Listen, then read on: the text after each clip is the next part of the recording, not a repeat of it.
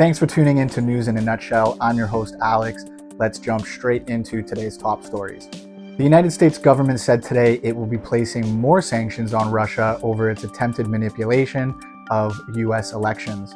Attorney General Merrick Garland accuses two Russian citizens of implementing a $10 million scheme to spread pro-Russian content. An entire empire of covert projects designed to shape public opinion in Western audiences. We allege that as part of that effort, RT and its employees, including the defendants, implemented a nearly $10 million scheme to fund and direct a Tennessee-based company to publish and disseminate content deemed favorable to the Russian government. The documents revealed made it pretty clear that the Russians were trying to help former Republican President Donald Trump and hurt the Democrats. Robert F. Kennedy Jr. filed a lawsuit in Wisconsin to remove his name from the state's presidential ballot after the Election Commission decided to keep him on it. Kennedy, who suspended his campaign in August and endorsed Donald Trump, wants to get off ballots in battleground states so it doesn't hurt Trump's campaign. He also has filed lawsuits in Michigan, where a judge ruled he must stay on, and North Carolina, where the case is still pending. In his Wisconsin lawsuit, Kennedy argues that state law discriminates against third-party candidates by treating them differently than Republicans and Democrats. That the DNC, which has been trying to keep me off the ballot, is now suing to keep me on the ballot. Yes, that is ironic. In many of the states that were. A third night of protests across Israel demanding Prime Minister Benjamin Netanyahu agree to a ceasefire deal. Hundreds of thousands of Israelis have flooded the streets nationwide in the biggest protest since the war on Gaza started, demanding that the government take action to return the nearly 90 remaining hostages.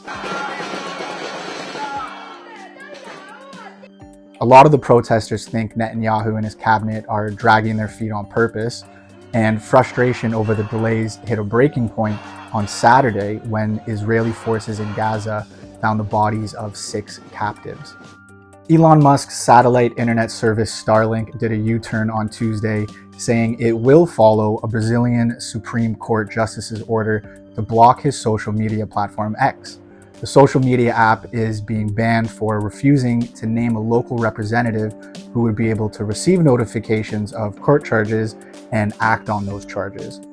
If Starlink had continued to allow X in Brazil, it could have had its equipment seized, equipment that helps people in the most remote areas of Brazil receive quality internet access. This will most likely not be the last time we hear about actions taken against X.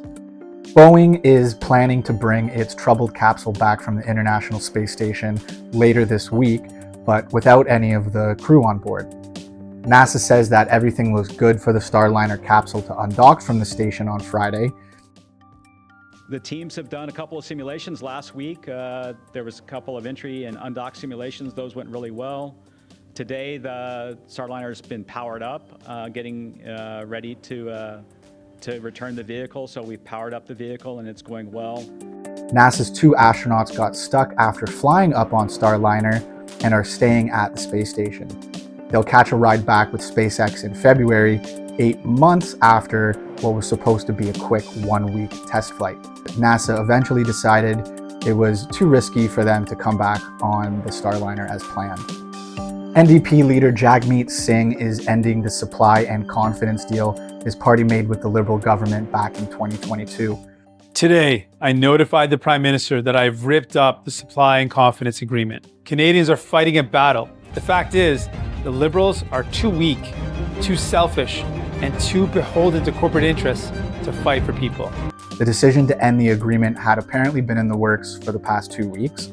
The deal was an important part of the Liberal Party retaining power in a minority government and could result in a vote of no confidence now that the Liberals' biggest ally is turning its back on Trudeau. Thanks for tuning into this episode of News in a Nutshell. If you enjoyed the video, make sure to give it a like and subscribe, and we'll see you next time.